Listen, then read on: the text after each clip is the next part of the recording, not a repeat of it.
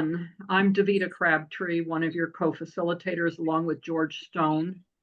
And I want to begin this evening by reading the lyrics to a song that Bill Curry brought to my attention a few weeks ago. It's a song written in 1973 by Paul Simon called American Tune. I'm not singing it because you do not want to hear me sing. But the lyrics themselves are remarkable. Many's the time I've been mistaken and many times confused. Yes, and I've often felt forsaken and certainly misused. Oh, but I'm all right. I'm all right. I'm just weary to my bones. Still, you don't expect to be bright and bon vivant so far away from home, so far away from home. And I don't know a soul who's not been battered. I don't have a friend who feels at ease. I don't know a dream that's not been shattered or driven to its knees. But it's all right. It's all right. For we lived so well, so long. Still, when I think of the road we're traveling on, I wonder what's gone wrong. I can't help it. I wonder what's gone wrong. And I dreamed I was dying. I dreamed that my soul rose unexpectedly and looking back down at me, smiled reassuringly. And I dreamed I was flying, and high up above my eyes could clearly see the Statue of Liberty sailing away to sea. And I dreamed I was flying. We come on the ship they call the Mayflower. We come on the ship that sailed the moon. We come in the age's most uncertain hours and sing an American tune. Oh, and it's all right. It's all right. It's all right. You can't be forever blessed. Still, tomorrow is going to be another working day, and I'm trying to get some rest. That's all. I'm trying to get some rest.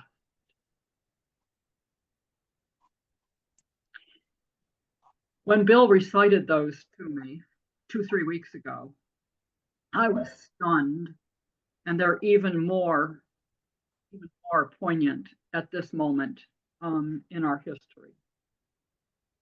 So we are here together as Third Act Connecticut and eager to have time with one another, eager to hear from Bill Curry with all the wisdom he's accumulated over his decades, I almost said generations, of experience.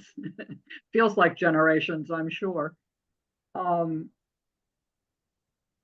my perspective, and I'm one of those people who grieves and gets it done and moves on. So I'm just one of those. Not very few people are one of those. But we want to invite you during these few minutes right here at the beginning to put in the chat how you're feeling tonight, or for that matter, how you're coping. Just a word or a phrase. What's going on with you at this point in time? We're a week in to this new development. From my perspective, as one of those who's done the grieving and I'm ready to take it on, Connecticut had better step up now. This is an emergency. We need to accomplish in the next couple of months some things that are not going to be possible in a year.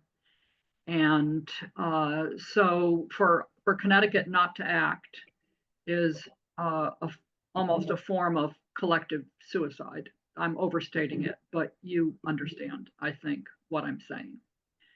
And so our being together as Third Act, our being community together, our finding strength with each other and in our community is really important. And that's why we chose to sponsor this evening. I want to say to you that during the time that Bill is speaking, we're going to close the chat. But we want to encourage you to use the chat until that point, and it will come back up afterward. When the time comes for conversation with Bill and with each other, it will be a time not only for Q&A with Bill, but also for dialogue and conversation among us, to think together, to talk together about the future and who we are going to be together and what we're going to try to accomplish. So George, you're on. Yes, each time we gather, and folks in Third Act know that, we try to center on one of the working principles that Third Act National has set out so that we can kind of have a starting point in our thinking. Tonight, and especially today, I'm going to use be creative. We work as best we can in good humor and good cheer. We realize the problems that we work on may not be solved in our lifetime, actually, but we know that our lives can help us move in the right direction. Let's take that to heart.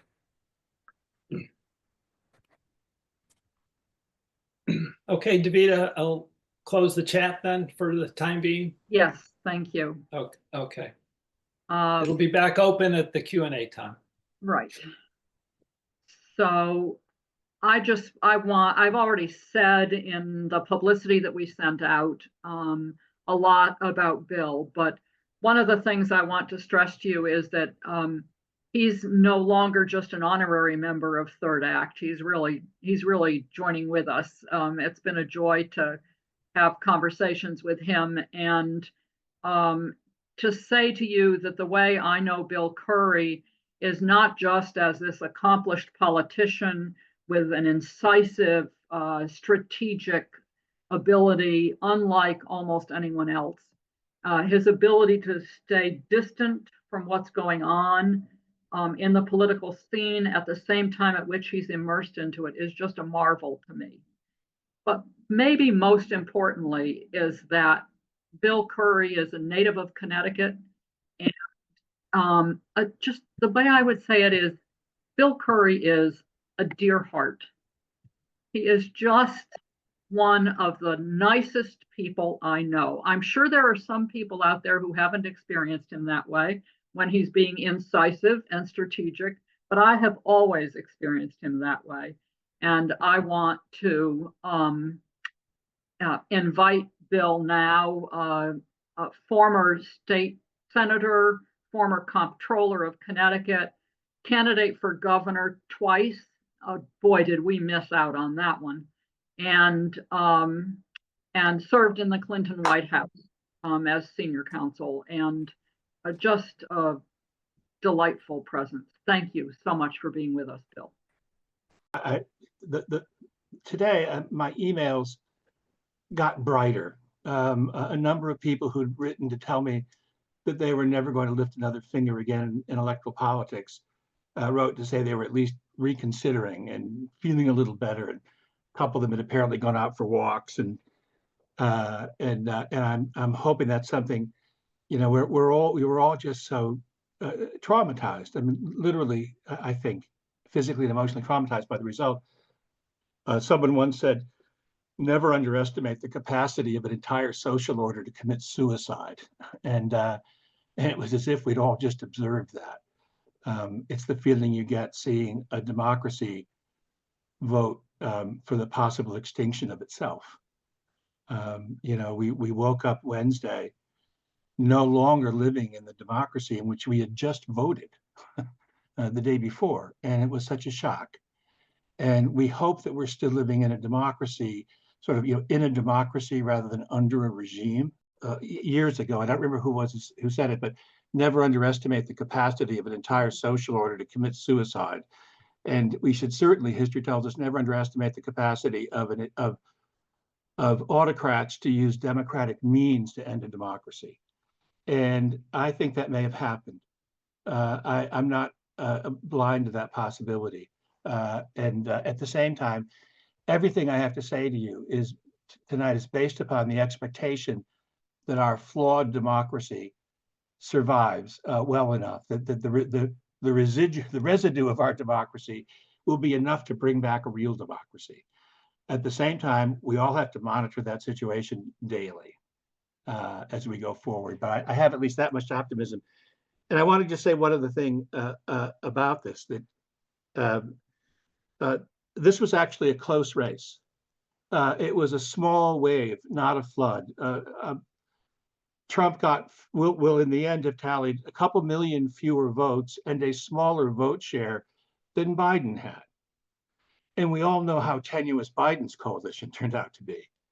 So the idea that we've just been swept into some new terrible political era, the numbers don't really quite support it. And we can't afford to believe it anyway. But if you look at the data, what's the Abraham Maslow, the facts are friendly. In some way, the underlying data tells us to be hopeful. Kamala Harris turned out to be a better candidate than I had expected. She did lots of things really well. She consolidated her nomination in 72 hours. She picked a decent vice president. In no time, she put together a good convention, and then she won a debate. And so what was the problem if all those things were true? And I think I'll come back to this at the end, but the problem is policy.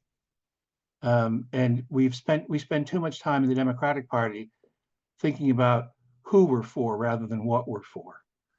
And I hope that in these next 2 years, we have lots of tactical and strategic questions that are in front of us. But that central question of what are you for? People have heard me say before, that policy precedes message. First, you figure out what you believe, and then how to tell people about it. And in thrall to our pollsters and consultants and donors, the Democrats just started skipping over the first part. They were constantly looking for the perfect meme or slogan rather than asking simply, what is the nature of this problem? How do we fix it? And then how do we explain it so that people know we're actually going to make their lives better? I just want to make a few observations about what the next year, I think, is going to feel like. And some of the choices we're going to have to make. And the first one is we're going to have to decide who we think the American people are. And there's an enormous impulse, and I get a lot of this back, I'm sure you do, some people blame Kamala Harris, some people blame Trump and his lying, and lots of people blame the electorate. I think that's the worst. That's not just a cul-de-sac, that's a dead end. We're going to make a choice as to whether we see the American people as racist and misogynistic or angry and afraid. And I know that in my own life, most of the worst choices I made were because I was either angry or afraid. And when you're both, the choices get terrible. Trump had this story he would tell that I never understood. I listened to for all the years I've done this, I listened to it like 6 times about a battery and a shark, and he was in a boat. And no matter how many times he told that story, and I was forcing myself to watch it, I never knew what it meant. But it made me picture a day I had in my own life in which I went down in a boat in the Gulf of Maine and how frightened I was. And I remember then that, thinking, would someone appear? And if a hand came to me to pull me out of that water, and it turned out that the person extending the hand was Donald Trump, I'd have taken it. And I think one of the things for my most prosperous and well-educated friends to try to understand is that the American middle class really is in a crisis. And it's been in a crisis for a long time. And people watched their life expectancies fall, their suicide rates go up, their addiction rates go up. They're facing a retirement without savings. Their children weren't living the American dream. They weren't going to college. They weren't finding job opportunities, and nobody called their name. And so when someone came along with a platform and a theory hi, I care about you, I'm talking to you, and your problem is that too many brown people are coming over the border. The trade deals are really bad, and the swamp needs to be drained. And they listened to that, and they listened to us. And we were telling people that we were talking about the rules-based order, and in effect telling people the system's not rigged. These institutions need to be respected and valued, which is true. But the solutions we were offering them were hard to decipher, even for wonks, I promise. And so what happens for fascism is it really flourishes in a vacuum. When it's the only explanation people can see on the table, when they think it's the only hand being extended. And I think there's a lot we have to do to change that, but we have to just understand, I think in the beginning, I tell people, two of my cousins voted for Donald Trump. And there are two possibilities. One is that only two decent people in America voted for Trump, and they both happen to be blood relatives of mine. Or that we have to look at one another and try to see the best and try to understand, search for our best selves and our best impulses going forward. How we engage the American people in debate. Whether we engage them. I used to say that the first party to stop talking to its base and start talking to the whole country would win. I don't think it quite turned out that way, but if we win, that's how it'll happen, I think. And so just to be thinking generally about that. The second thing I want to talk about is the role of the Democratic Party, which for all of its warts and blemishes, has in its glory days been a tribune for working people and for progress, and remains the major vehicle through which all of us have most often worked. And I want to just talk a little bit about its role and our relationship to it as a movement, as movement people, both in Third Act and for those of you in other causes. And the first thing I want to say is that I'm not sure it's going to have a role. This could actually be 1856, when the Whigs left and were replaced by the Republicans. We can't have a third party, but we might have a successor. I don't predict that, but I realize that it's a possibility. I can't remember an election in my life, 50 years now, in which a party was so discredited in the eyes of its own members and base after an election. I don't remember this happening before. I don't know what it means. I think the likeliest and best route will be that the party continues. That's what I would expect. And I would just say this, all of my life, I have labored in its vineyards. And I know this much after this election, and I've felt it for a long time, that it must be torn from the soil, root and branch, and its field must be resown. And I don't mean to urge anybody into a third party. I continue to think that's just the worst strategy in the world. Well, look at the extremists who took over the Republican Party in its entirety in less than a decade. We keep doing Jill Stein and falling on our faces. I do think that the relationship is likely to be that I think the democracy is going to survive. I think the Democratic Party is going to survive. But we have to look at what it is, what we want it to be, and what our own relationship is going to be with it going forward. And I would just say, first of all, the Democratic Party has to be more democratic, and it's right there in the name. So, why don't we try that? And it is not transparent. It is not, Trump did the 2025 for its platform. He farmed it out. He privatized the platform process. So did we. We did it by not having public hearings, by not having a public process, by not paying attention to it. If you read it, I might be the only person on the call who did. I went to a convention once as a journalist for The Current and the Huffington Post in 2008, interviewing people to ask them, delegates, if they'd read the platform. No one had. And we need to take the process of producing, again, it's about what we believe we support, not just who we support. We need to open that up. We need to have real grassroots input. We can't have a national committee that can decide in secret with people like Debbie Wasserman Schultz to negate fundamental party rules. we can't have candidates chosen.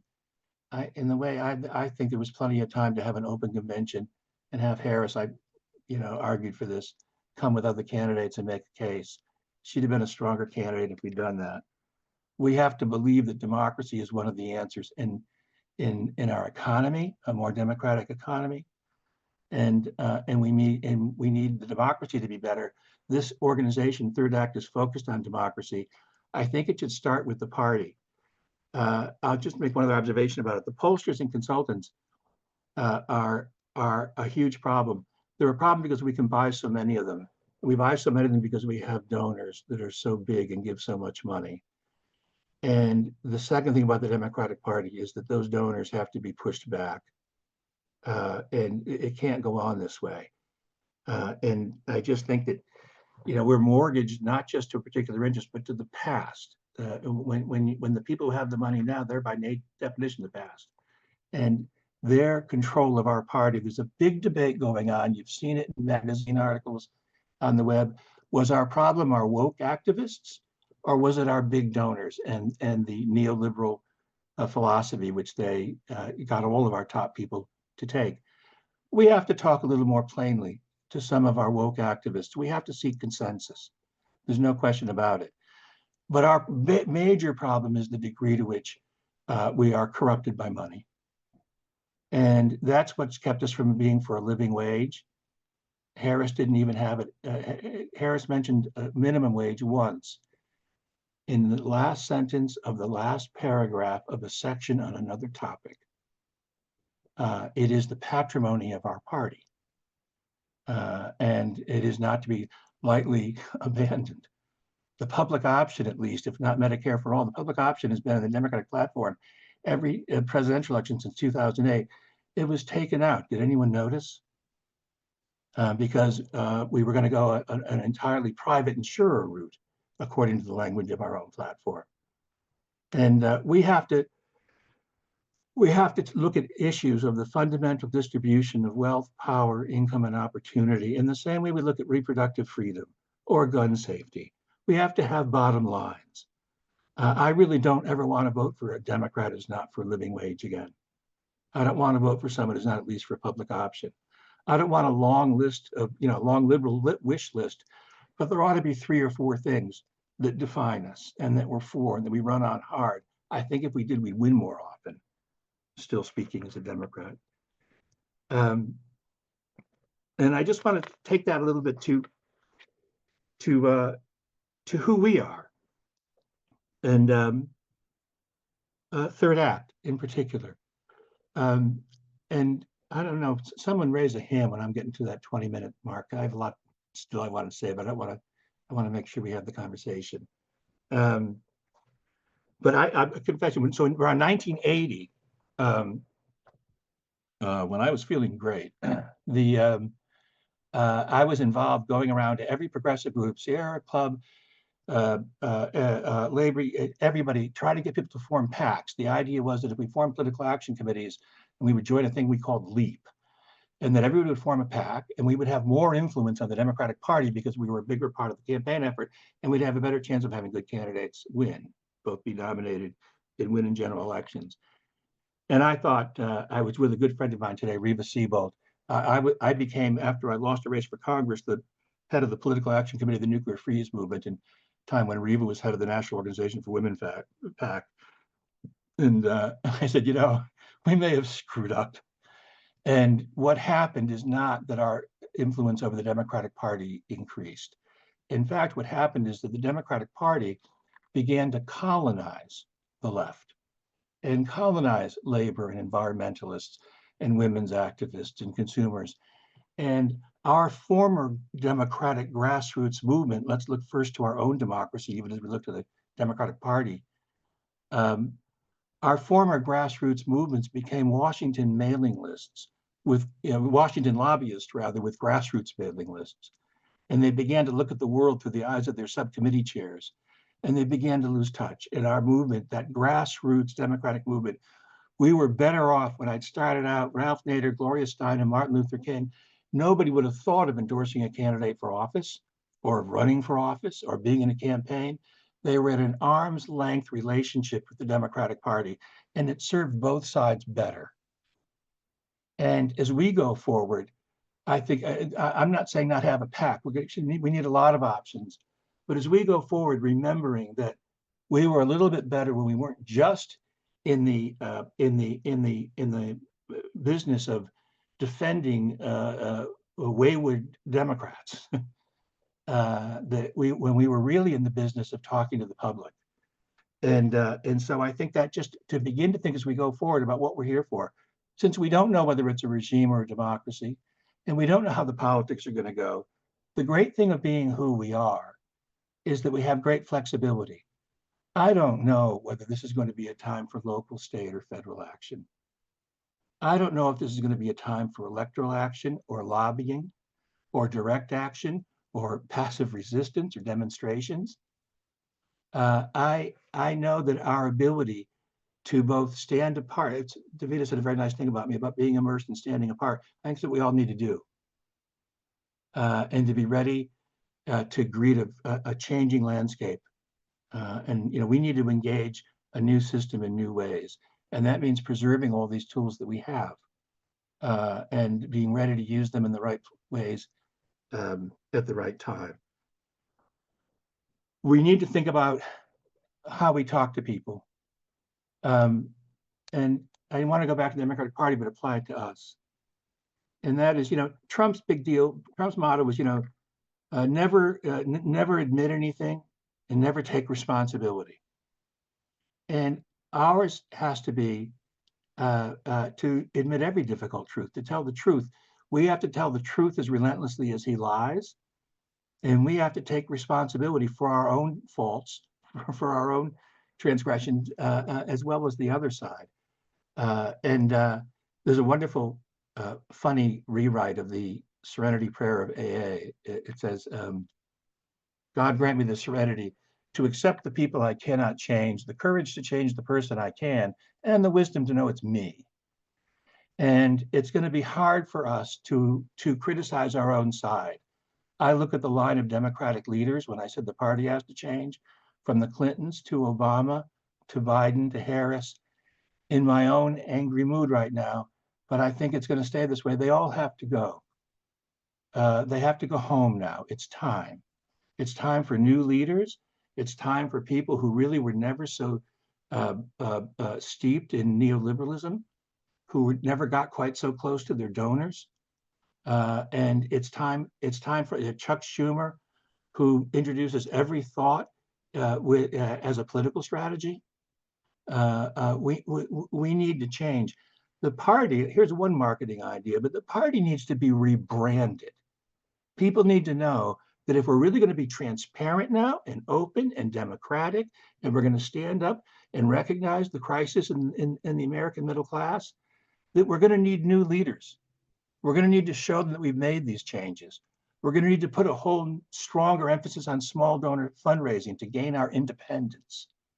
There's so many things they need to see us do in order to believe us. When I talk about how we explain things, lastly, I'll just say that we need, unlike Trump and unlike the Democrats so far, we need to confront and explain. I so appreciate the leaders who've stood up for reproductive freedom and who stood up for gun safety. I need leaders who will speak truth to our donors. I need people who will speak more clearly on so many things. And I need people who are ready to explain. I talked about what grassroots movements used to be. One of the problems with the donor money is they use it to buy donor kind of things, the pollsters and consultants. All of our pollsters and consultants in all of our last 6 or 7 presidential campaigns earn more money from corporations than they do from Democratic candidates. That should end. And they all tell us to do things that are not really good for us. Micro-targeting, just aiming your message at the people who already think something, so you tell them something they already think. Well, if you're the party of change, you got to explain your new ideas. And when you look back at the women's movement, the freeze movement, every movement, we didn't have one message for North Dakota and another for the Upper West Side. We didn't have slogans. We didn't have any. I asked Reva today, did the women's movement have any slogans you can remember? We didn't.